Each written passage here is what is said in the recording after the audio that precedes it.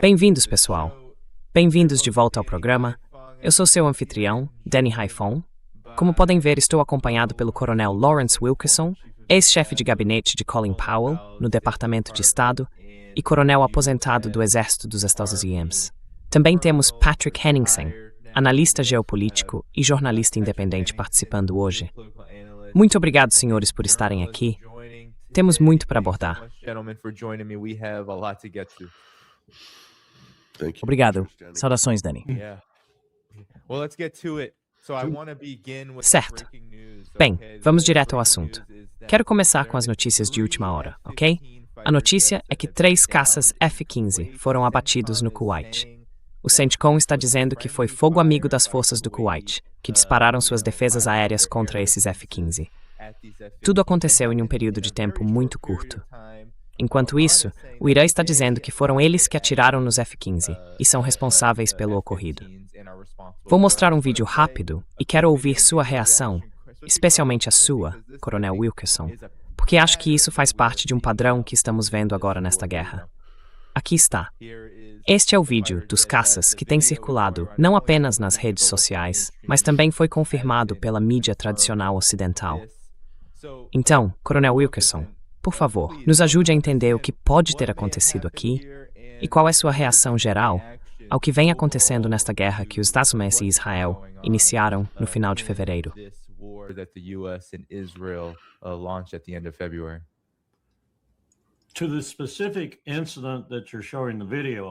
Em relação ao incidente específico no vídeo, provavelmente nunca saberemos a verdade sobre quem fez o que com quem.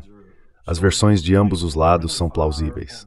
Fogo amigo em 3 aeronaves é quase inacreditável, mas pode ter acontecido.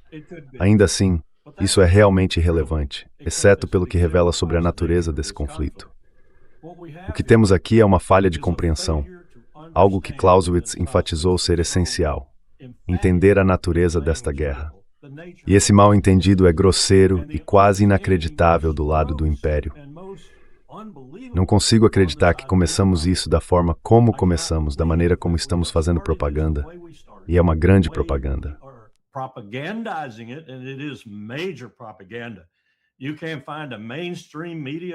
Você não consegue encontrar uma fonte da grande mídia nos Estados Unidos, eu te desafio, que não esteja divulgando a propaganda do governo e, no fim das contas, de você sabe quem, Bibi Netanyahu e o lobby israelense.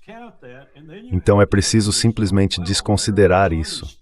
E depois você tem que dizer a si mesmo, bem, os americanos não são tão estúpidos quanto eu pensava, porque as pesquisas agora mostram evidências contundentes de que até o pessoal do MAGA e grande parte dos republicanos seguidores de Donald Trump, em porcentagens sem precedentes em situações como esta, são contra isso. E em todo o país, parece justo dizer que 3/4 do povo americano se opõe a esta guerra.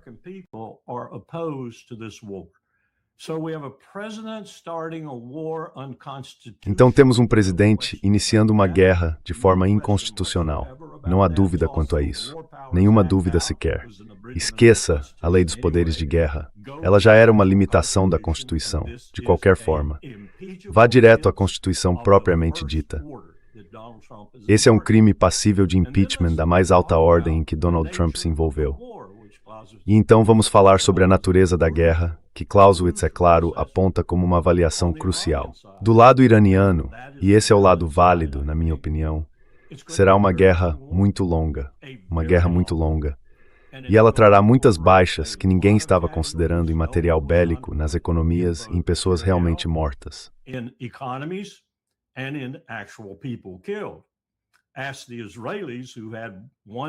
Pergunte aos israelenses, que sofreram um ataque que eu acho, vejamos, deixou 9 mortos, 70 feridos e 6 desaparecidos em combate até agora.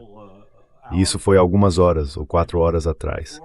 Então isso vai ter ramificações por toda a região que nenhum de nós consegue calcular ou estimar neste momento.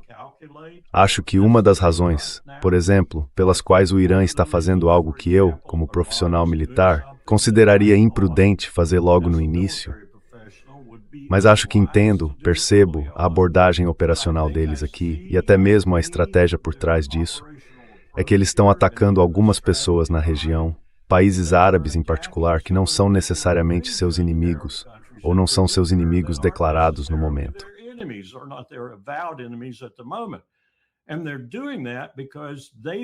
E eles estão fazendo isso porque querem levar as pessoas às ruas, como aconteceu de forma tão vívida no Bahrein, para comemorar quando atacarem. E é exatamente isso que estão conseguindo. Podemos ter outra primavera árabe, por assim dizer, uma que realmente tenha sucesso em derrubar alguns desses tiranos que são nossos aliados. E então, a última coisa que eu diria sobre a natureza da guerra, que considero fundamental aqui, não há como o Império tolerar isso. Vamos apenas observar alguns parâmetros. Quando fomos à guerra em 1940-41, e na verdade já tínhamos entrado em guerra em 1936 e 1937, já estávamos construindo a rota de suprimentos pelo Irã, por exemplo, até o coração da União Soviética. Então, quando entramos, havia cerca de 70 milhões na Alemanha e cerca de 70 milhões no Japão. Nós colocamos 12 milhões de homens em campo.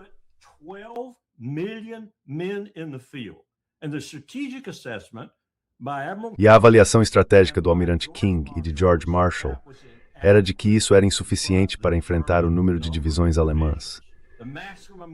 O máximo que poderíamos formar a partir disso eram 100 divisões. Fomos inteligentes. Sabíamos que os soviéticos acabariam sofrendo a maior parte das baixas naquela guerra, e sabíamos que precisávamos abastecer o restante dos aliados. Todos eles foram supridos pelo que se poderia chamar de o arsenal da democracia. Aliás, esse é o melhor título para nossa estratégia na Segunda Guerra Mundial. Mantivemos, em outras palavras, muitos homens na base industrial para sermos esse arsenal da democracia. 12 milhões de homens. Hoje, Dani, não conseguiríamos colocar 500.000 em campo. E é disso que precisaríamos para subjugar esse país muito resoluto, de 90 milhões de pessoas, o Irã, cerca de 53% das quais são persas, e outros 20 a 25% estão solidários com Emirates.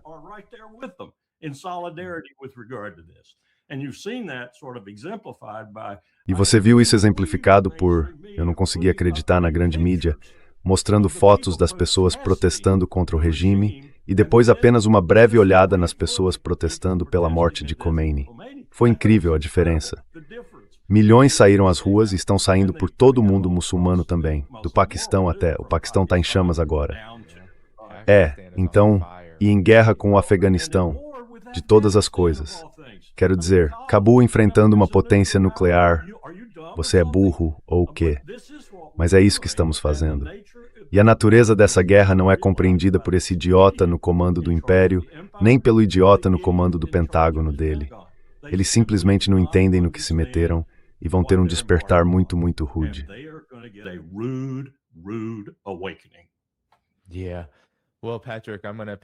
Sim. Bem, Patrick, vou passar a palavra para você. E enquanto faço isso, vou mostrar mais imagens do que aconteceu com aqueles caças F-15 abatidos. Quando eu vi isso, Patrick, pensei, não importa qual seja a explicação, esta é uma cena incrivelmente humilhante. Mesmo a explicação que o CENTCOM está dando é humilhante, considerando que foi a resposta do Irã que causou esse pânico, e claro, todos os problemas militares que estamos vendo surgir na grande mídia. Mas e você? Qual é a sua avaliação?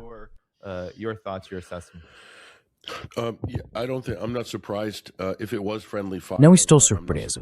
Se foi fogo, amigo, não estou surpreso nem um pouco. Como você pode ver, aeronaves de combate tripuladas não são algo em que os iranianos tenham investido muito nos últimos 20 anos. Eles se concentraram em drones, tecnologia de mísseis e defesa aérea. Este é um daqueles problemas de desconflição que podem ser um tanto embaraçosos. Mas uma das coisas boas nisso, do ponto de vista iraniano, é obviamente a questão da imagem pública perante a opinião pública dos Estados Unidos, à medida que nos aproximamos de uma votação no Congresso. Mas eu só quero voltar um pouco nessa questão da votação no Congresso.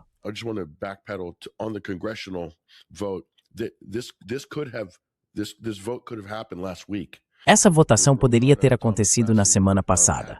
Rouhani e Thomas Massie já tinham isso pronto na mesa, e foram pessoas como Chuck Schumer, o senador democrata, que disseram, sim, claro, queremos votar nisso, mas vamos fazer isso depois. Vamos fazer isso em uma semana.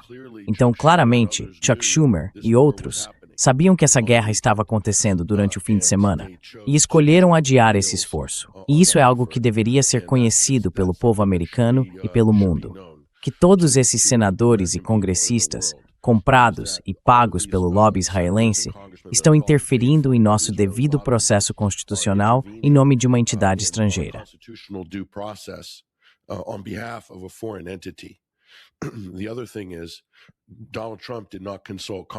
Outra coisa é que Donald Trump não consultou o Congresso antecipadamente. Mas isso é importante. Os Estados Unidos estão trabalhando de mãos dadas com Israel. Não dá para separar os dois. Eles gostam de fazer o papel de policial bom e policial mau. Tudo isso é teatro. Bibi Netanyahu informou o Knesset e seu Comitê de Segurança sobre as operações dos Estados Unidos que aconteceriam no fim de semana. Mas Donald Trump não informou nosso Congresso nem nossos senadores sobre essas mesmas operações. Para mim, isso é uma crise constitucional nos Estados Unidos da América. Este presidente ignorou completamente suas obrigações e deveres como chefe do executivo e contornou nosso sistema constitucional para servir e acomodar uma entidade estrangeira.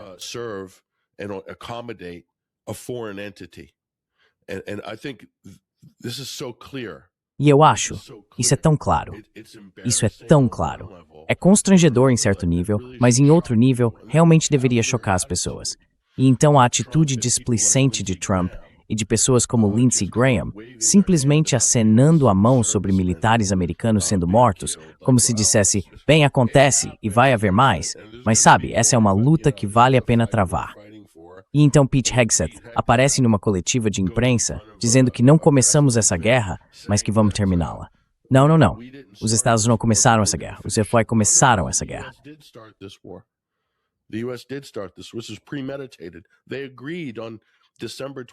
Isso foi premeditado. Eles concordaram em 29 de dezembro em Mar-a-Lago sobre a data desse ataque. Pode ter sido adiado uma semana, alguns dias ou algo assim, mas já era premeditado. Então toda a fachada de negociações de paz ou negociações nucleares foi novamente uma farsa, usada para encobrir um ataque surpresa. É assim que os Estados Unidos estão conduzindo seus negócios no mundo. E é isso que eles estão projetando para outras superpotências como China, Rússia, Índia e todos os demais. Os dados meio que inadvertidamente colocaram o mundo em alerta de que são um ator desonesto no sistema internacional. Nem precisamos comentar sobre Israel. Todo mundo sabe com o que está lidando ali.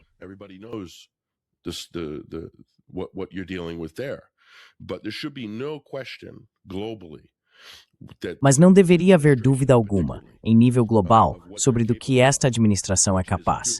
Conduzir negociações de alto nível, até mesmo levá-las a Genebra, com total intenção. E é por isso, e quero deixar este ponto bem claro, que isso não é uma observação leviana. É absolutamente factual. É por isso que Donald Trump e o lobby israelense inseriram Steve Witkoff e Jared Kushner como os principais diplomatas da política externa dos Estados Unidos, para que pudessem se antecipar a todas essas negociações que em várias ocasiões foram usadas como disfarce para um ataque surpresa. Portanto, eles estão trabalhando em nome de Israel.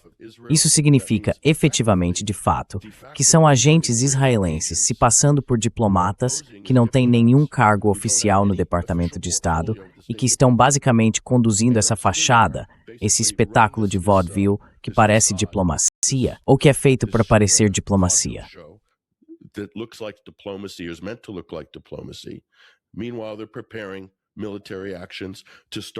Enquanto isso, eles estão preparando ações militares para iniciar uma guerra de agressão não declarada e não provocada.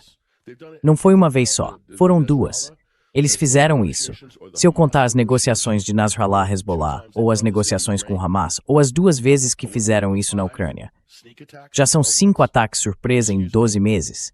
Com licença? Quero dizer, isso simplesmente desafia qualquer análise neste ponto. Estamos lidando com uma quadrilha criminosa que usurpou a Casa Branca, e eles não estão trabalhando para o povo americano nem para os Estados Unidos da América. Eles estão trabalhando exclusivamente em nome de uma entidade estrangeira. Quero dizer, não há como negar isso neste ponto. Esta é toda a prova de que precisaríamos. Eles fizeram de novo. E eu não sei, eu realmente não sei neste ponto. I don't know at this point. Sim, claro, palavras importantes, Patrick. Agora, Coronel Wilkerson, considerando o que Patrick está dizendo, eu só quero mostrar alguns dos números de baixas do lado dos Estados Unidos.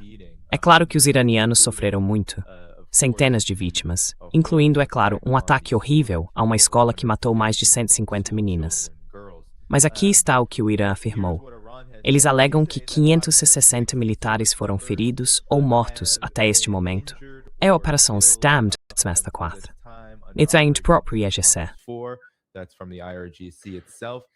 What CENTCOM is saying is that about 4 people have been killed. O que o CENTCOM está dizendo é que cerca de 4 pessoas foram mortas, ou pelo menos 6 agora, talvez, já que houve mais relatos sobre isso. Mas o CENTCOM está mantendo isso muito discreto. Cerca de 6 pessoas foram mortas até agora. E é isso que o Irã fez. Esses são todos os lugares que ele atingiu, bases militares, navais, aéreas dos Estados Unidos, etc. Então, Coronel Wilkerson, o que o senhor acha disso? Quero dizer, Donald Trump disse que haverá uma garantia de que mais americanos morrerão. Pete Hegseth também acabou de dizer isso. Como o senhor reage a algo assim? How do you react to such a thing? Bem, antes de tudo, deixe-me dizer que concordo com cada palavra que o Patrick acabou de dizer. E vou apenas reforçar o fato de que este é o mais grave crime passível de impeachment que existe. Certamente, na visão de pessoas como James Madison, Thomas Jefferson, George Washington e vários outros fundadores, era exatamente isso.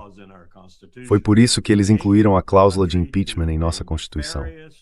Levar o país a uma violação nefasta, não declarada e inconstitucional do direito internacional, marque minhas palavras e elas serão válidas, garanto, é o principal crime passível de impeachment. E a primeira coisa que deveria acontecer, e não vai, exatamente pelo motivo que o Patrick mencionou, é que Schumer é um lobista, um representante exemplar do lobby judaico e está completamente alinhado com Israel, assim como Mike Huckabee e várias outras pessoas, incluindo o diretor da CIA. Portanto, now is the moment to say it.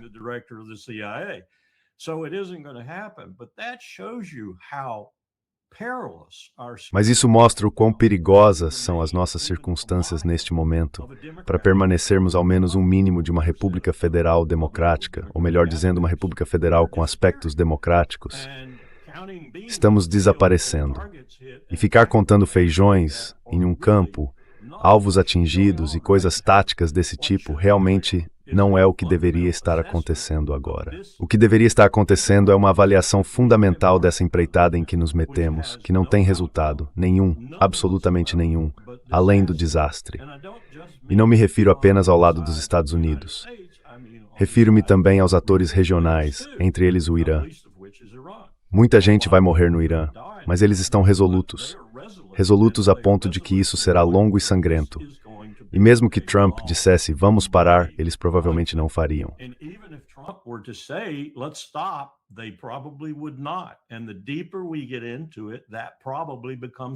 E quanto mais nos aprofundamos nisso, mais isso provavelmente se torna uma certeza. A natureza desse conflito está sendo seriamente mal interpretada por pessoas como Hegseth, Trump e outros da administração, assim como por Lindsey Graham e Chuck Schumer. Estamos embarcando em algo que vai realmente nos dilacerar, profundamente nos dilacerar. Estamos fazendo isso em um momento em que Xi Jinping anunciou publicamente, em um documento inconfundível, que a China alcançou o auge em tantas áreas. Tecnologia, poder econômico, base industrial, construção naval, o que quiser. Mas há um ponto em que eles ainda não chegaram, e ele diz isso em sua declaração.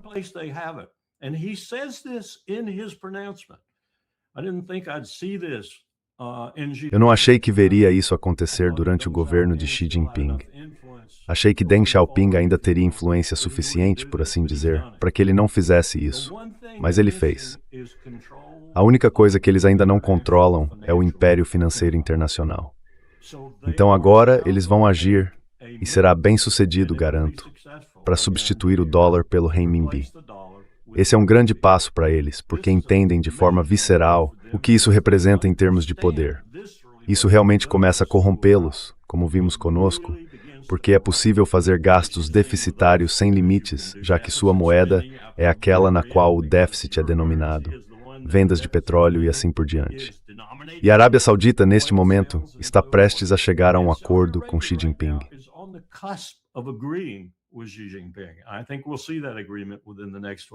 Acho que veremos esse acordo nos próximos 12 meses, quando eles começarão a realizar todas as suas vendas de petróleo denominadas em renminbi em vez de dólares.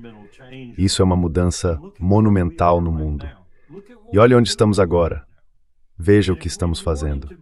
Se quiséssemos levar isso a algum tipo de desfecho bem-sucedido, o que eu nem acho possível no caso do Irã, bem, colocamos 12 milhões de homens em campo contra a Alemanha e o Japão, e tínhamos os soviéticos nos ajudando, com mais de 20 milhões de baixas.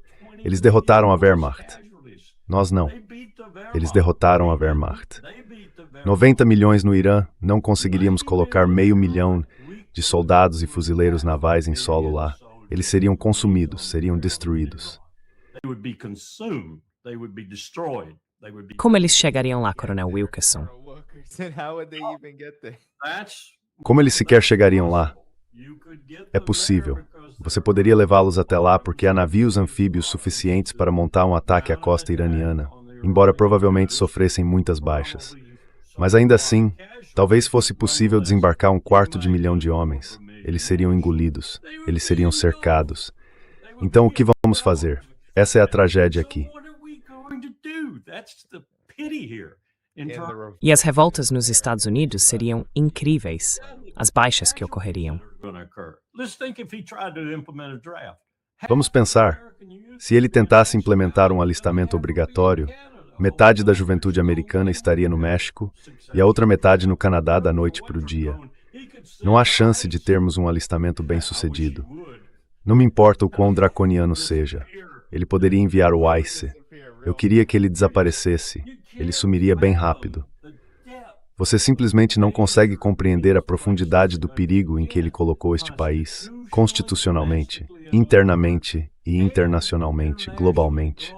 Patrick está absolutamente certo. Não temos mais reputação alguma. Não temos nada. Está em frangalhos. Se eu fosse o Putin, eu me voltaria para Witkoff e Kushner e diria: enviados especiais, saiam do meu país, saiam da minha frente e não voltem.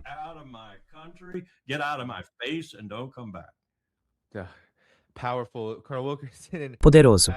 Coronel Wilkerson e Patrick. O Coronel Wilkerson disse que esta será uma guerra longa. E Ali Larijani, que agora é o chefe das forças de defesa do Irã, disse a mesma coisa. Ele afirmou isso em sua conta no X. Disse que o Irã, assim como os Estados Unidos, se preparou para uma guerra longa. E essa é uma declaração unânime em todo o IRGC, em todo o exército iraniano. As autoridades políticas estão todas dizendo a mesma coisa. Qual é a sua reação a algo que o Coronel Wilkerson disse? Mas também há isso. Quero dizer, isso deve estar assustando um pouco o governo Trump. Já ouvimos relatos de que eles estão se movimentando rapidamente. O que fazemos?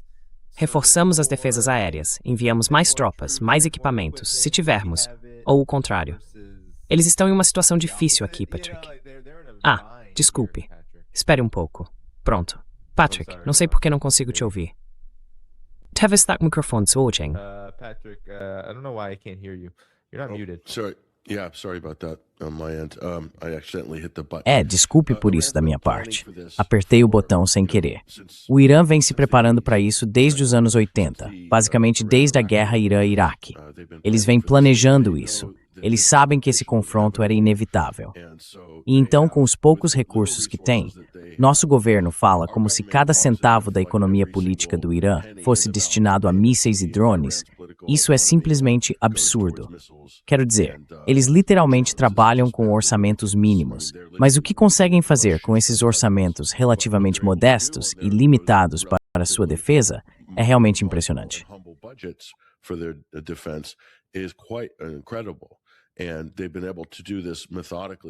Eles conseguiram fazer isso de forma metódica ao longo de anos, e agora você está vendo o resultado disso. Eles só precisam ter sorte uma vez. Você sabe, os Estados Unidos têm esse suposto histórico invicto, que na verdade não é invicto, mas na cabeça dos falcões de guerra em Washington, eles acham que tiveram uma temporada invicta nos últimos, 100 anos ou algo assim.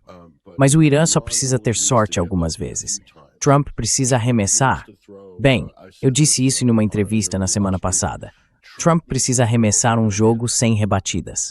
Agora, ele perdeu o jogo sem rebatidas. Então, quem é o arremessador de reserva que vai entrar e salvar isso?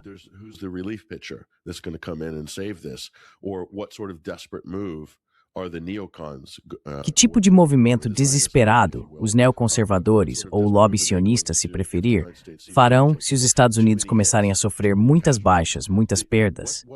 O que Trump fez foi, na prática, sacrificar, ou potencialmente sacrificar, a presença militar dos Estados Unidos ao redor do Golfo Pérsico.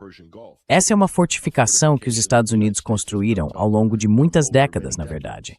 E agora ele está ameaçando sacrificar isso em nome de Israel, dos objetivos políticos e militares de curto prazo de Israel. Isso é bastante significativo em termos da capacidade de projetar poder.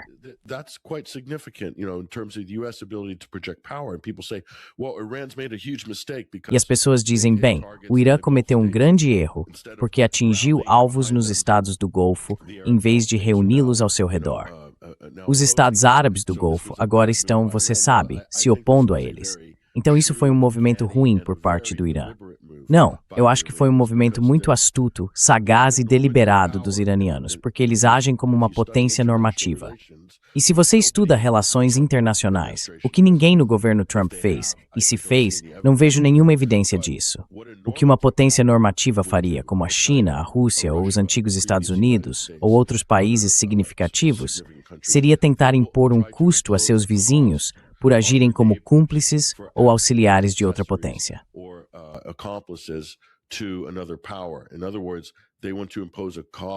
Em outras palavras, eles querem impor um custo aos estados do Golfo por abrigarem todas essas bases dos Estados Unidos.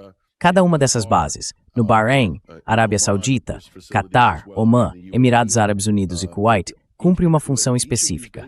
Trata-se de uma divisão de trabalho para as Forças Armadas dos Estados Unidos, e cada uma delas, de uma forma ou de outra, desempenha um papel essencial. Agora, tudo isso está sendo questionado, e acho que cada um desses países está se perguntando: queremos estar permanentemente em guerra com o Irã apenas para que os Wolves supostamente nos defendam? Quero dizer, esse é o argumento de venda. Vamos fornecer defesa para vocês. Quando, na verdade, eles estão apenas atraindo ataques ao abrigar essas bases americanas.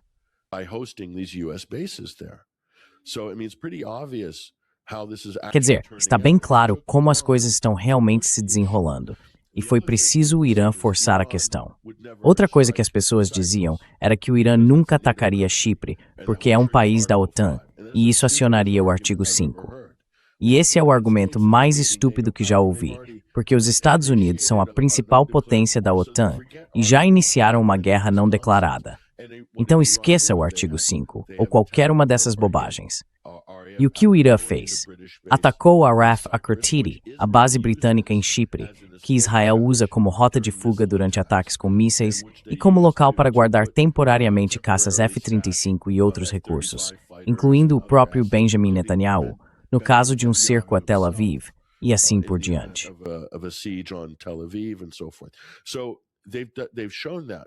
Então eles mostraram isso.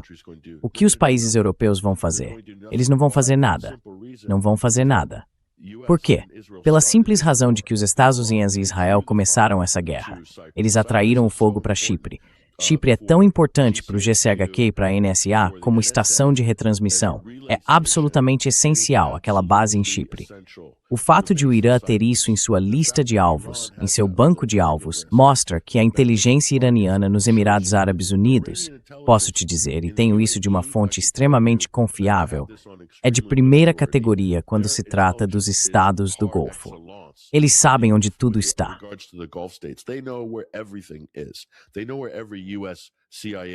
Eles sabem onde fica cada base da CIA dos Estados Unidos.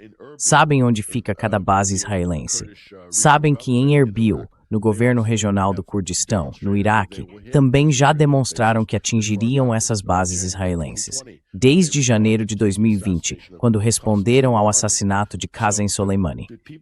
Então as pessoas têm essa ideia de que o Irã é um país atrasado, que eles não sabem o que estão fazendo, que são apenas mulás atrapalhados com mísseis e coisas do tipo. Não, não. Foi específicas em seu stand-core. After persper responder imediatamente for certa codes. Normalmente simulentes as negações foram simples ou sinceras. Were legitimate or sincere.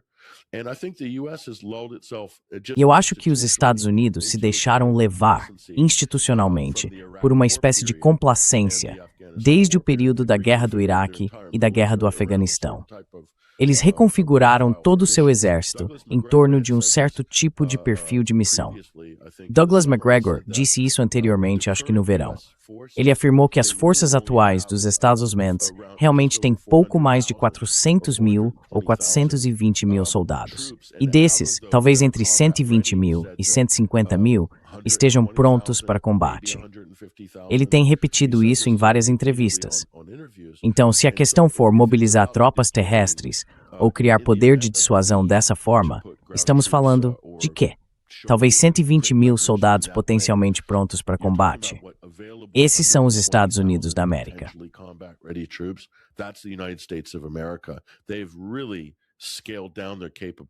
Eles realmente reduziram suas capacidades nas últimas 2 décadas e passaram a depender totalmente dessa dissuasão esmagadora. E todo o perfil de defesa de Israel é baseado em dissuasão esmagadora. Eles não acreditariam que alguém teria a ousadia de atacar os territórios do próprio Israel ou que alguém se atreveria a atingir bases dos Dazon na região. E o Irã fez ambas as coisas, não uma, mas 2 vezes. Agora, nesta rodada, eles estão apostando na ideia de que o Irã vai ficar sem mísseis, que vai ficar sem drones. Eu não faria essa aposta. Mas com os Estados Unidos, é possível calcular mais ou menos o que eles têm em termos de munições antiaéreas ou antimísseis e o que possuem em termos de munições e capacidades ofensivas.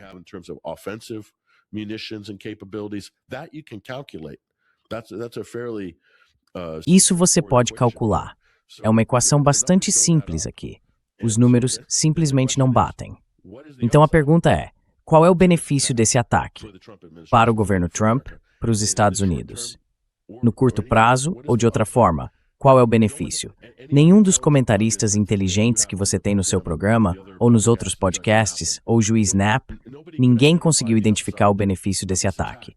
Então o que eles estão fazendo em Washington? Tipo, quem está comandando as operações? Bem, já respondemos essa pergunta antes. Então agora você está em um buraco. O que vai fazer nesse buraco? Vai ficar desesperado? Vai usar armas nucleares táticas para tentar salvar as aparências? E aí você estará em um buraco ainda maior nesse ponto. Então isso é incrível.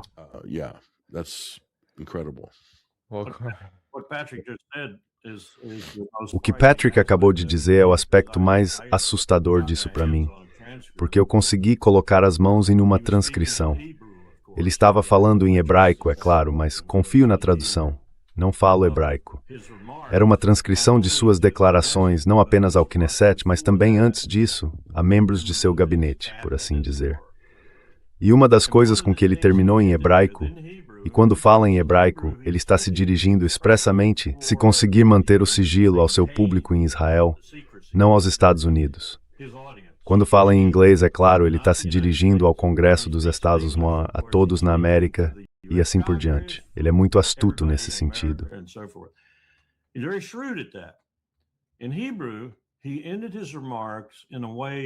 Em hebraico, ele terminou suas observações de uma forma realmente assustadora. Ele disse essencialmente que se tudo der errado, eles terão a surpresa de suas vidas. Isso só pode significar uma coisa, que ele talvez até tenha carregado algumas das armas de Dimona e está perfeitamente disposto a usá-las se tudo der errado, o que tem toda a probabilidade de acontecer. Portanto, não é apenas assustador do ponto de vista da guerra convencional que está em andamento, qual não pode terminar bem para o Império e, em última instância, para os Estados Unidos, mas também pela possibilidade de introduzir armas nucleares nisso. Uma perspectiva muito, muito vívida com esse homem, que é o principal líder pária do mundo hoje.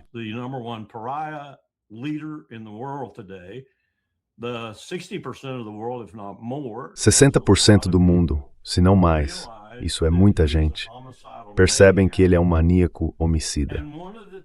E uma das coisas que o Patrick acabou de mencionar despertou minha lembrança de uma reunião informativa de 3 dias atrás. Naftali Bennett não estava apenas falando ao vento quando disse que a Turquia é o próximo alvo. Uma das razões pelas quais Israel está fazendo algumas coisas em Chipre e no sul da Grécia que não tem nada a ver com o que o Patrick estava enumerando. Tudo o que ele disse estava correto. Mas esta é uma operação completamente separada. É que eles estão tentando desestabilizar a Turquia. E vão usar Chipre para isso, porque esse é o próximo alvo deles.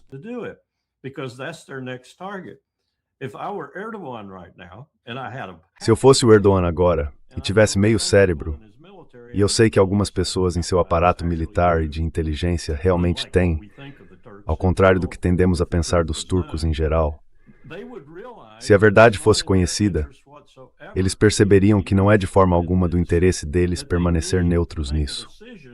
Eles precisam decidir de que lado vão entrar e como vão entrar. Porque todos os tipos de perspectivas de vantagem ou desvantagem para a Turquia estão em jogo aqui. E Netanyahu tem toda a intenção, e eu suspeito que sua comitiva de sucessores na liderança, quando ele estiver preso ou o que quer que aconteça, tem toda a intenção de expandir o domínio de Israel. Quero dizer, é claro, a grande Israel é a grande Israel, e eles estão muito interessados nisso. E quando Mike Huckabee fez sua explanação sobre o assunto, ele não é brincando.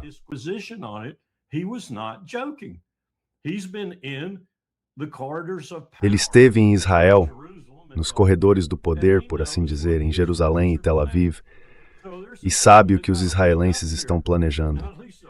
Então, há algumas pessoas que precisam acordar aqui, especialmente Grécia, Chipre, Turquia e outros países que serão impactados porque eles serão impactados por isso, e talvez de uma forma muito significativa. Portanto, isso tem todo tipo de ramificação.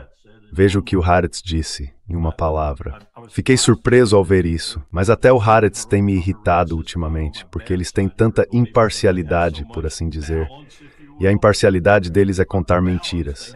Eles chamaram isso de uma guerra sem fim. Bingo, bingo. E guerras sem fim tendem a atrair todo tipo de outros antagonistas, protagonistas, seja lá quem for, para dentro delas.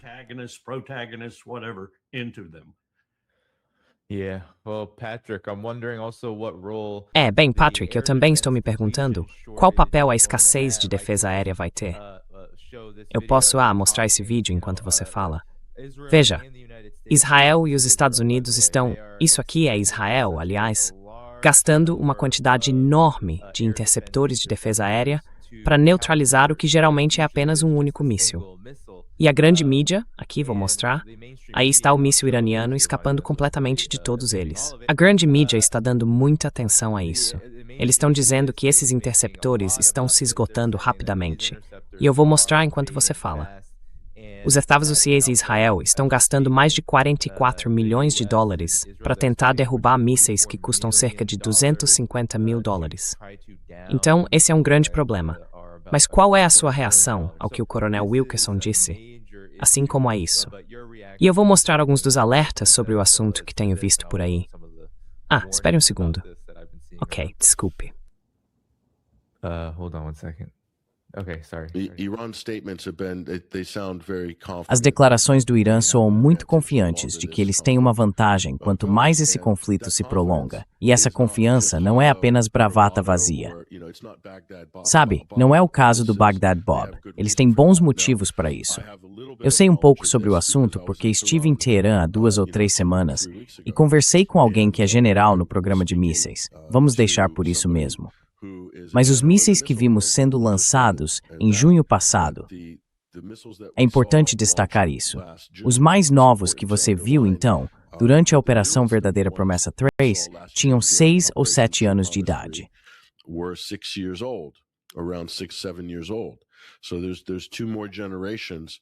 Então, há mais 2 gerações de mísseis, incluindo os hipersônicos, que ainda não foram reveladas ao público, capazes de atingir velocidades superiores a Mach 10 e de mudar de curso em pleno voo. E isso é importante, Eles podem atingir alvos em movimento. Não é preciso ser um gênio para entender para que servem. Existem diferentes fases nesse conflito, que pode escalar, e o Irã está preparado para usar diferentes tipos de ferramentas. Eles têm drones de permanência, drones muito eficazes, já mostraram do que são capazes, destruindo uma importante instalação de radar dos Estados Unidos. E isso é apenas uma amostra do que está por vir. Eles têm a capacidade de sobrecarregar, como você disse, Dani, as defesas aéreas de Israel. Então, tudo isso ainda está por acontecer.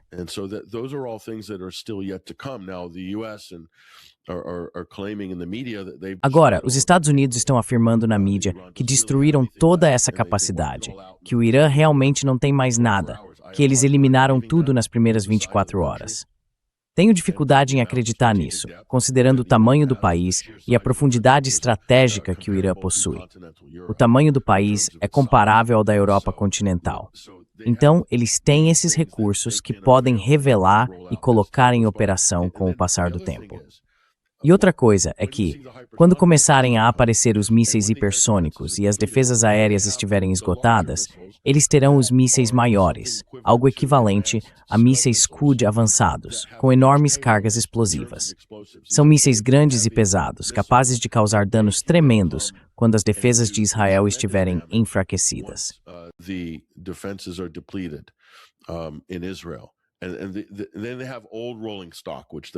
E então eles têm material rodante antigo que vão enviar, basicamente vão tirar a poeira do material rodante antigo e lançar isso contra Israel e as bases dos Estados Unidos. E você sabe, você já viu parte dos danos nas últimas 12 horas. Quer dizer, já é significativo em Israel. Esse nível de dano, esse nível e ainda mais, é o que se pode esperar quanto mais tempo isso durar. É por isso que eles estão confiantes. É por isso que eles estão, você sabe. Não há ameaça de uma invasão terrestre pelos Estados Unidos ou por Israel. Talvez forças especiais realizando sabotagens. Tenho certeza de que os britânicos ou os SAS serão enviados para explodir coisas atrás das linhas, como normalmente fazem. E os Estados Unidos farão isso, Israel fará isso, mas isso não será suficiente. Sim, Coronel Wilkerson. A mesma pergunta para o senhor. E algo mais que queira acrescentar sobre isso? Bem, quanto ao último ponto do Patrick, eu entendo que os helicópteros que acabei de receber foram especificamente para cuidar do SAS, e não duvido disso nem por um minuto. Acho que estamos diante de uma situação aqui, como eu disse antes, que avaliamos muito mal.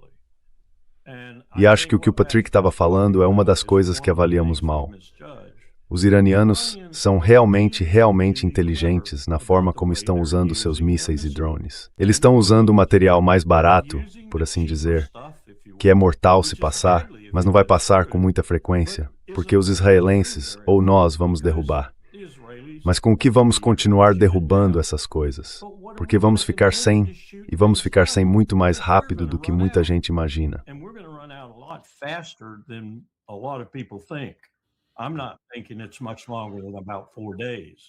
Não acho que vai demorar muito mais do que uns 4 dias. Depois disso, eles vão lançar o que tem de melhor, e isso vai passar sem qualquer tipo de inibição. Vai devastar alvos em Israel, que é realmente um pequeno enclave. Acho que os iranianos estão sendo criteriosos, como sempre foram, especialmente ao atacar alguém com sua taxa de mísseis, e não atingindo alvos civis. Diferente de Netanyahu, que adora matar civis, ele simplesmente se deleita em matar civis. Eles vão tirar esse selo, por assim dizer, e vão começar tudo em Israel, inclusive civis. Já mataram alguns. Acho que vão matar muitos mais.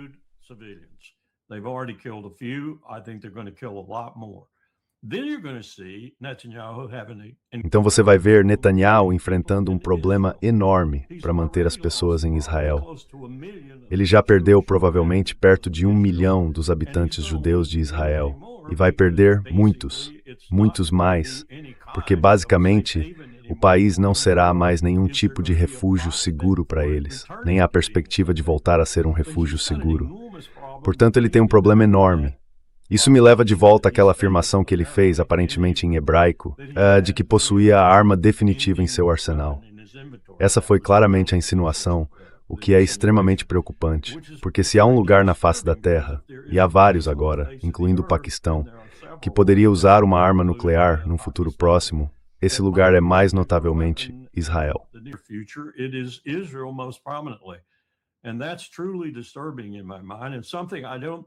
E isso é realmente perturbador, na minha opinião, e algo sobre o qual eu não acho que, mesmo com os contatos que Trump tem, a maioria deles enfiados até o pescoço nele, ou ele neles, em Israel, estejam o informando.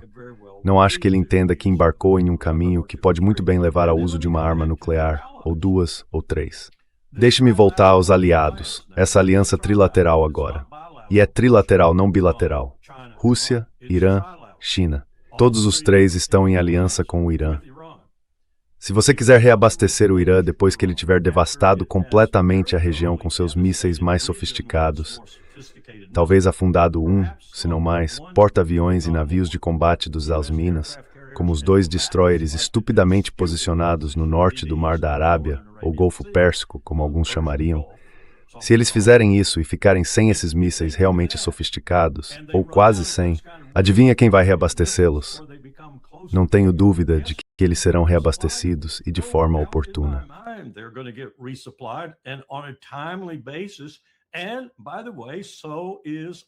E a propósito, o mesmo vale para o Al-Ansar, os Houthis no Iêmen, que vão fechar o Mar Vermelho novamente, pelo menos para o tráfego com destino a Israel ou aos interesses de Israel.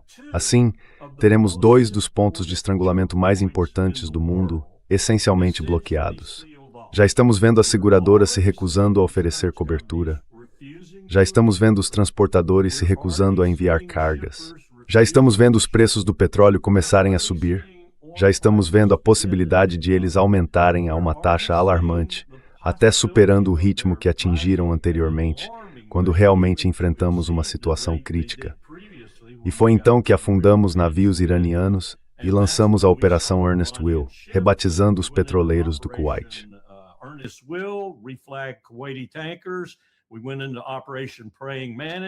Entramos na Operação Praying Mantis e afundamos um navio de guerra iraniano.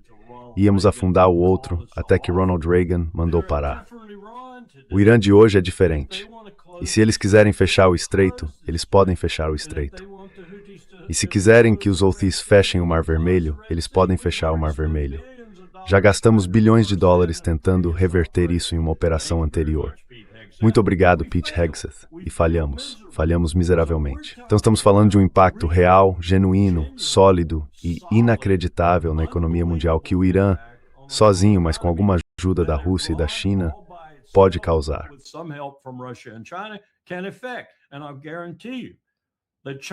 E eu garanto a vocês que a China, que recebe uma porcentagem do petróleo que passa pelo estreito, e não é a porcentagem que alguém mencionou ontem na TV, eles não chegam nem perto de 40%.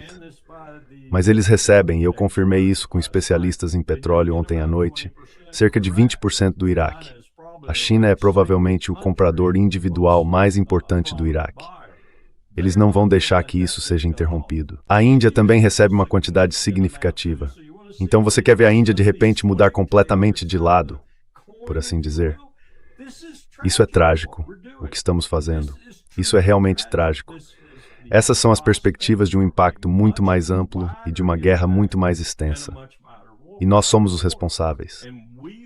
Nós somos os responsáveis. Donald Trump é o responsável. Donald Trump is responsible.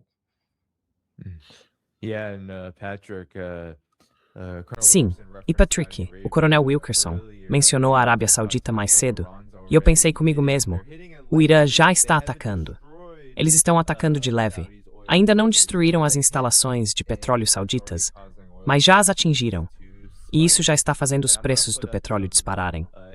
Sim, e vou mostrar algumas imagens do que o Irã tem feito a Israel enquanto você fala, porque Israel já está apanhando bastante.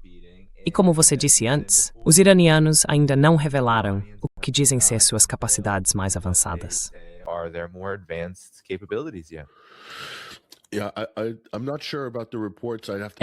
Não tenho certeza sobre esses relatos. Eu teria que verificar se o Irã realmente atingiu instalações de produção de petróleo na Arábia Saudita. Não sei. Não posso confirmar isso. Sei que o Ministério das Relações Exteriores do Irã fez uma declaração dizendo que eles não estão mirando instalações de petróleo. Mas talvez eu tenha visto uma declaração antiga. As coisas estão acontecendo muito rapidamente, então talvez eu já esteja desatualizado sobre isso. Mas, obviamente, os Estados Unidos têm usado suas bases na Arábia Saudita para posicionar recursos para implantação. Recursos aéreos, muitos recursos aéreos. E um satélite comercial chinês já revelou algumas dessas imagens, o que é incrível. O fato de que o mundo agora tem acesso em tempo real às posições de implantação dos Estados Unidos.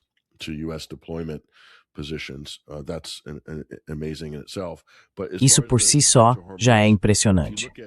Mas, quanto ao Estreito de Hormuz, se você observar o fechamento das negociações de fevereiro, foi no final da semana passada que o Brent fechou em torno de os $74. Então ele já estava ultrapassando os $70. Será muito interessante ver o que os mercados farão ao encerrar hoje e amanhã. Tenho certeza de que vai saltar para $80, talvez mais. E se você perceber esse impulso acima de $80 depois de hoje, então, até o meio da semana, já poderá começar a ver contratos futuros apontando para os $100 o barril. Quanto tempo isso vai durar? É impossível prever. Mas devo dizer, como ressalva, que eu não ficaria surpreso.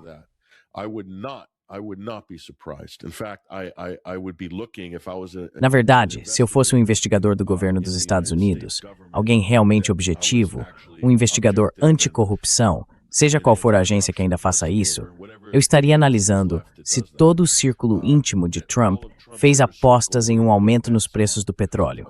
Isso inclui Howard Lutnick e todo o círculo interno. Basicamente, eles estariam observando apostas em contratos futuros. O que fizeram na Polymarket é repugnante. Nos últimos dias, a quantia de dinheiro que as pessoas ganharam, obtendo lucros inesperados ao apostar no ataque iraniano, horas antes de ele ser lançado, é ultrajante.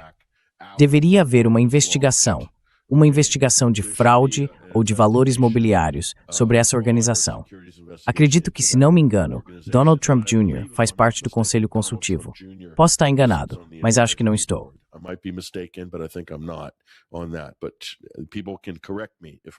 Mas as pessoas podem me corrigir se eu estiver errado sobre isso. A quantidade de dinheiro que o círculo íntimo de Trump teria ganhado com essa guerra. Pense nisso. Se o Estreito de Hormuz for fechado, isso também afeta o GNL do Catar, que abastece o sul da Europa. Quem é o principal fornecedor de GNL para a Europa? Os Estados Unidos da América. O que isso vai fazer com os preços do GNL americano? Lucros recordes para os produtores dos Estados Unidos. Então, se o Estreito de Hormuz for fechado, há até um incentivo de curto prazo. Não para o povo americano, que vai sentir o impacto da inflação que todos nós vamos enfrentar, mas para o círculo íntimo de Trump ganhar uma quantia absurda de dinheiro apostando em um resultado que eles próprios iniciaram, e fizeram isso de forma totalmente intencional.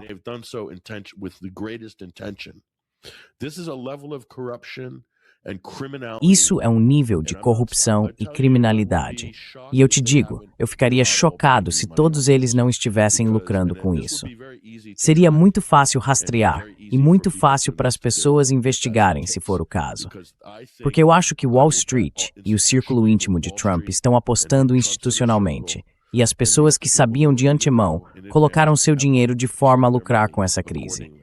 E isso é apenas um aspecto da questão. Nem estou falando de todas as outras possíveis oportunidades financeiras. É ruim para o povo, ruim para nós em geral em termos de inflação, mas bom para o círculo íntimo de Trump. Isso é algo que quero deixar claro. Se houver economistas forenses financeiros por aí, eles poderiam muito facilmente começar a triangular isso entre vários comentaristas e sites que provavelmente lemos todos os dias. Agora, outra pessoa, Danny iPhone, que vai se beneficiar disso, ou melhor, outro país, é a Rússia. Fica a dúvida sobre que tipo de acordos podem ter sido feitos nos bastidores com Putin. Sim. Bem, Patrick, eu sei que em cerca de 60 segundos antes de precisar sair. Alguma consideração final antes de ir? Não. A última coisa que direi é que outra peça de desinformação e propaganda que eles têm promovido no Ocidente e entre nossos políticos é a ideia de que a morte de Khomeini teria provocado um colapso no sistema político iraniano. Posso afirmar que é exatamente o contrário. Foi isso que testemunhei há 3 semanas. A solidariedade, a coesão aumentaram. Isso, de certa forma, vai unir moderados e até reformistas com os chamados linha dura. Está fortalecendo o apoio ao país. E quando digo país, refiro-me à nação iraniana. Esse é outro erro que os americanos cometem. Simplesmente descartam o Irã, achando que ele não tem identidade nacional nem uma forma republicana de governo.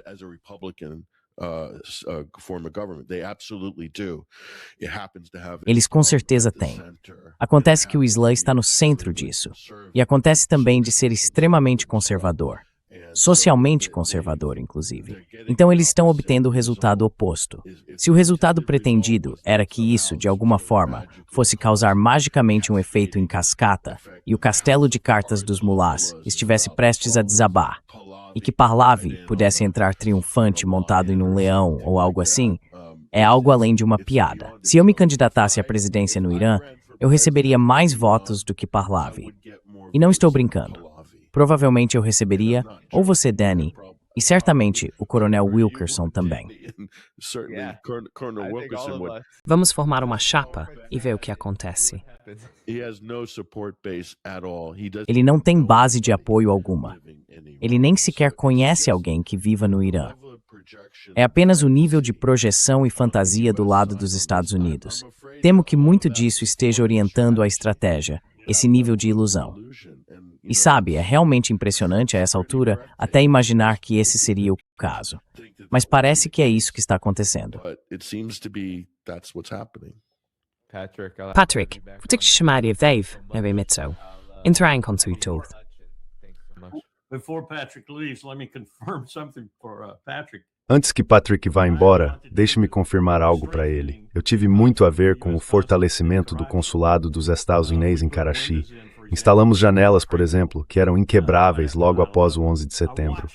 Ontem vi os paquistaneses tentando quebrar essas janelas. Quero dizer, eles batiam com tudo o que tinham, machados, picaretas, pás. É isso que estamos vendo.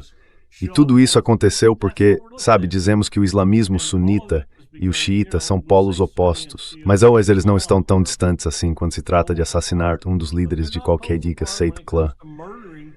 Isso está acontecendo.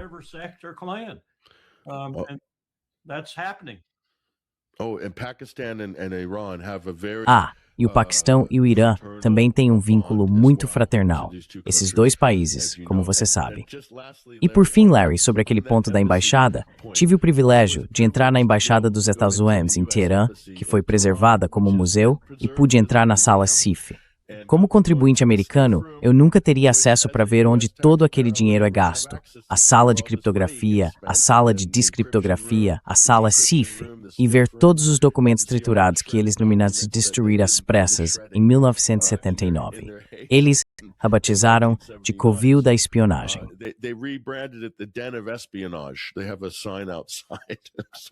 Eles têm uma placa do lado de fora.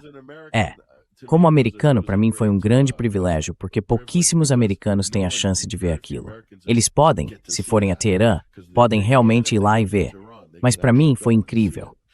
Eu cresci acompanhando aquela crise, quando Jimmy Carter era presidente. Todas as noites, a contagem regressiva, quantos dias os reféns estavam sendo mantidos. Era o Ted Koppel, o Dan Rather e todos aqueles caras.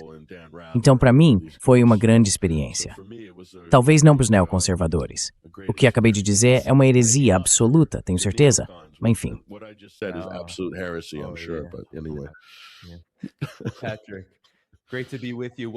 Patrick, é ótimo estar com você.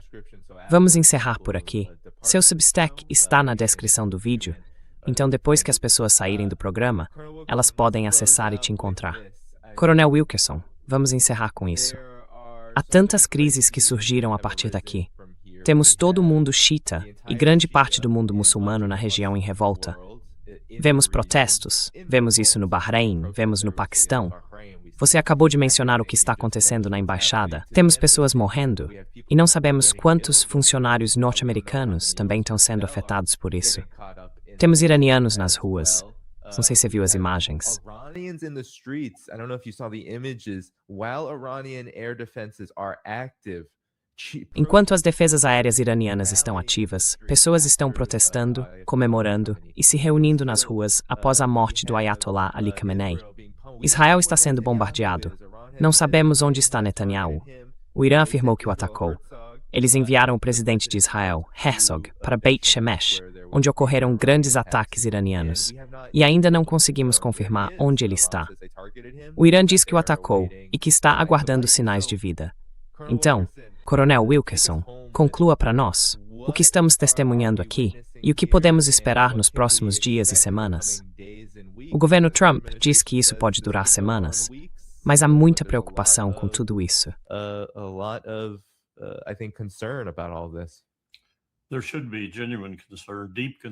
Deve haver uma preocupação genuína, uma preocupação profunda, uma preocupação séria.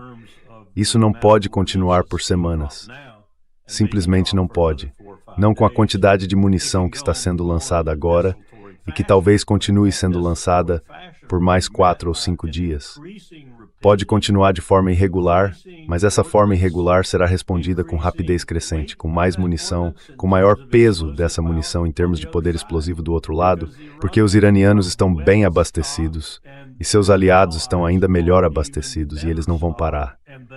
Acho que já foram tomadas decisões tanto em Moscou quanto em Pequim de que isso representa uma ameaça séria.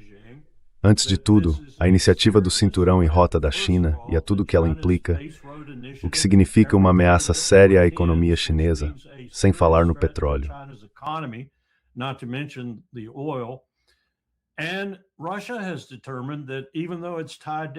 E a Rússia determinou que, mesmo estando presa na Ucrânia, nós somos absolutamente indignos de confiança e deixamos de ser um parceiro relevante, então cabe a eles encerrar isso. Mas isso é uma operação terrestre. Ela ainda tem, por exemplo, submarinos aos montes, submarinos que podem operar no Mar Arábico do Norte, que, aliás, é um dos corpos d'água mais favoráveis do mundo para operações submarinas. As zonas de convergência ali, a salinidade, fazem com que seja possível esconder um submarino ao lado do outro, e independentemente da capacidade de sonar ativo ou passivo, eles nem percebem a presença um do outro.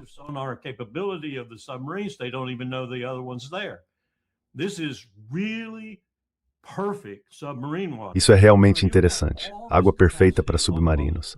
Então você tem toda essa capacidade por parte da China e da Rússia, mais de 100 submarinos, muitos dos quais podem zarpar e estar lá em pouco tempo.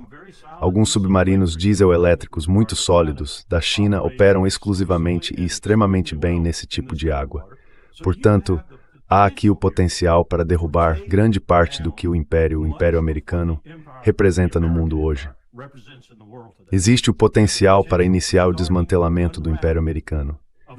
Se essas outras potências aproveitarão essa oportunidade e agirão de forma decisiva e fundamental para fazê-lo, é uma grande questão.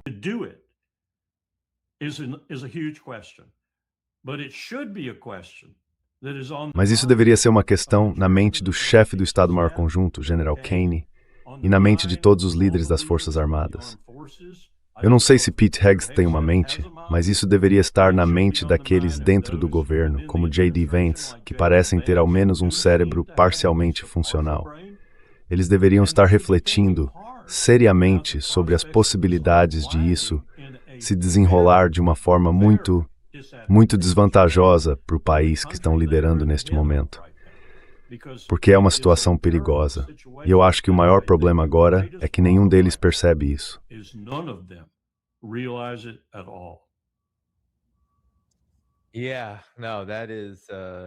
Sim, não, isso é, eles não percebem isso.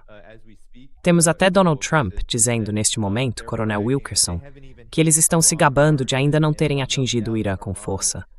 E embora sem dúvida o Irã já tenha, Dmitry Medvedev disse isso há pouco, ele afirmou que o Irã vai pagar um preço alto, especialmente em termos de custo humano, mas que os Estados Unidos garantiram a consolidação do Irã. E eu só quero reproduzir para o senhor, Coronel Wilkerson, alguns trechos de Donald Trump, e o que ele está demonstrando aqui em linha com o que o senhor está dizendo. Ele fala sobre uma garantia de mais perda de vidas, e quando é questionado sobre isso, não tem nada a dizer. Aqui está Trump nesses momentos. Nosso imenso amor e eterna gratidão às famílias dos que caíram. E, infelizmente, é provável que haja mais antes que tudo acabe. É assim que as coisas são. Provavelmente haverá mais. É assim que é, Coronel Wilkerson. E então ele continua sendo questionado pela mídia. Talvez você não consiga ouvir.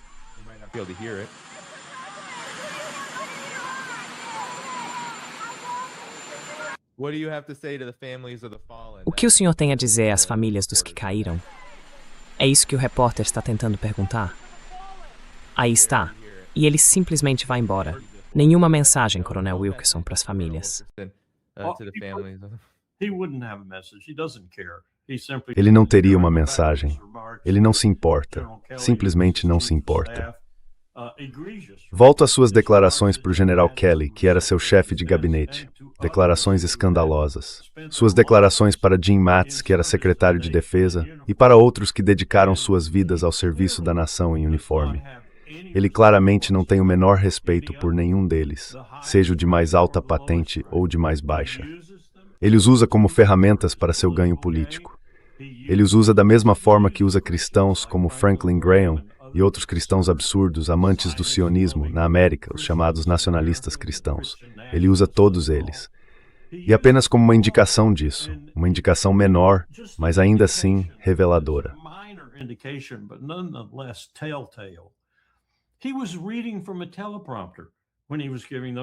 Ele estava lendo de um teleprompter quando fez aquelas observações. Observe os olhos dele. Está lendo de um teleprompter, seja lá como tenham configurado aquilo. Não há nenhum sentimento genuíno no coração ou na mente desse homem, onde quer que isso exista nos seres humanos. Todo o instinto dele é o dinheiro.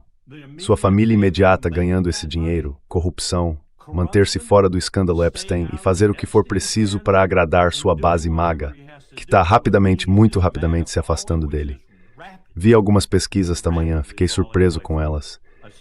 E parte disso, é claro, o assassinato de Charlie Kirk e a reavaliação da Tepusa, sua base de membros e as diferentes coisas que estão acontecendo por lá.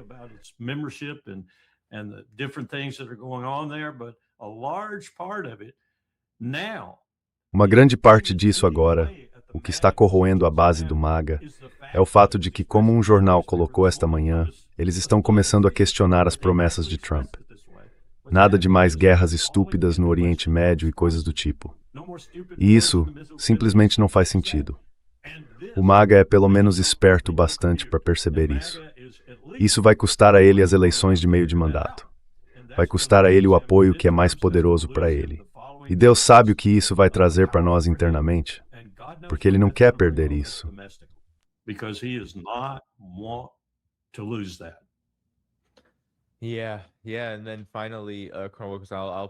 Sim, sim. E então, finalmente, vou mostrar apenas uma dessas pesquisas que saíram no último dia. Apenas 1/4 dos americanos apoia os ataques ao Irã. Isso é de acordo com uma pesquisa da Reuters Ipsos, uma nova pesquisa que descobriu que 27% dos entrevistados aprovam a Operação Fúria Épica, 43% desaprovam e 29% não têm certeza. Mas isso continua e continua. Claro, está dividido por linhas partidárias, mas ainda assim, há pessoas morrendo nesta guerra, americanos morrendo. É provável que seja uma subestimação. Se levarmos em conta o que o Irã está dizendo, eles afirmam que foi muito mais. Independentemente de quem esteja certo, sabemos que provavelmente há 4 mortos nisso.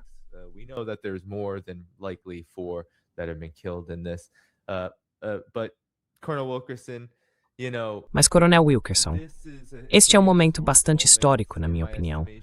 Parece que o Irã realmente surpreendeu os Estados Unidos e Israel com o que conseguiu fazer.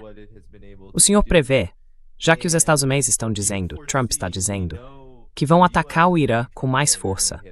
Mas considerando a orientação geral da população, considerando as capacidades que não parecem estar diminuindo de forma significativa com os ataques dos Estados Unidos, qual o senhor acha que será o desfecho se isso continuar por 3 ou 4 semanas? Quero dizer, esse é um período de tempo significativo Muita coisa pode acontecer até lá. Então, vamos encerrar com isso. A lot could happen until then. So let's close on this. I think we're looking at a lot longer than that, Dan. Acho que vamos esperar muito mais do que isso, Danny.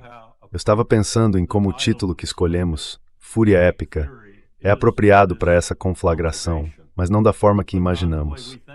A fúria e o caráter épico disso estão do outro lado, e vamos pagar caro por isso.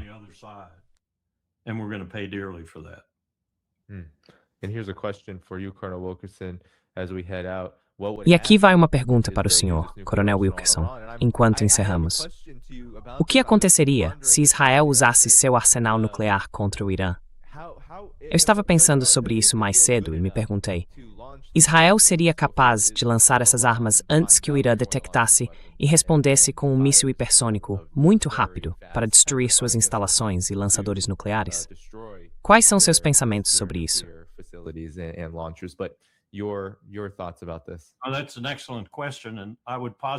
Essa é uma excelente pergunta, e eu colocaria da seguinte forma, sabendo que estou realmente falando sem total certeza, mas falo com base em alguma experiência. Por exemplo, na Guerra de 1973, acho que isso realmente aconteceu. Eles estavam se preparando para carregar as bombas e nós proibimos junto com os soviéticos. Acho que o Irã tem uma inteligência muito boa sobre o que está acontecendo dentro de Israel. Mas como em qualquer conflito, essa inteligência se deteriora até certo ponto quando as bombas começam a cair. Às vezes ela melhora em áreas específicas onde o bombardeio permitiu isso, e em outros lugares tudo fica muito confuso, sendo essa última situação mais comum. Dito isso, acredito que eles teriam alguma informação se as bombas estivessem sendo carregadas. E sim, você está certo.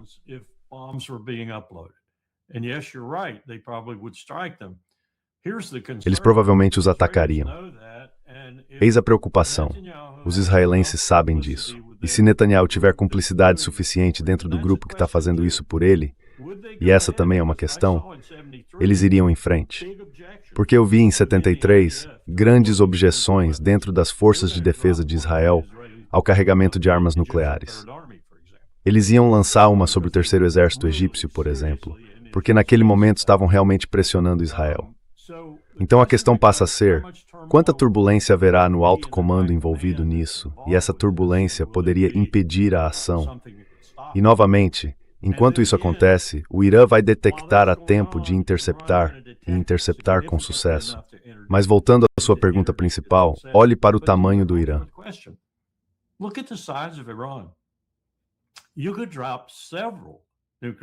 Você poderia lançar várias armas nucleares sobre o Irã, e poderia matar algumas pessoas e destruir parte da infraestrutura, mas o que está subterrâneo, você não destruiria.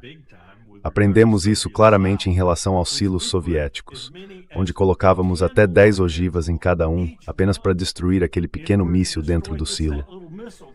É assim de difícil destruir alvos subterrâneos, mesmo com uma arma nuclear. Em resumo, não causaria tantos danos físicos ao Irã. Agora, se você lançasse um grande número delas, eu mudaria de opinião. Se lançasse umas 100, acho que eles têm algo em torno de 202, 203, seria um pouco diferente. Mas isso seria detectado, como você disse. Poderia haver uma explosão de retaliação em Israel. Simplesmente não é um caminho que se queira seguir. E acho que Ben Netanyahu está totalmente preparado para seguir por esse caminho. E isso é muito, muito preocupante. Sim, e então, em 60 segundos ou menos para você, Coronel Wilkerson, eles estão guardando o melhor para a frota dos Estados? O Irã? Provavelmente.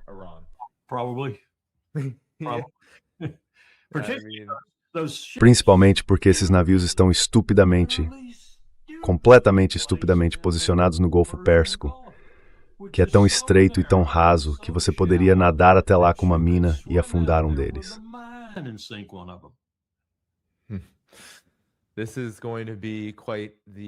Este vai ser um momento realmente histórico que está se desenrolando.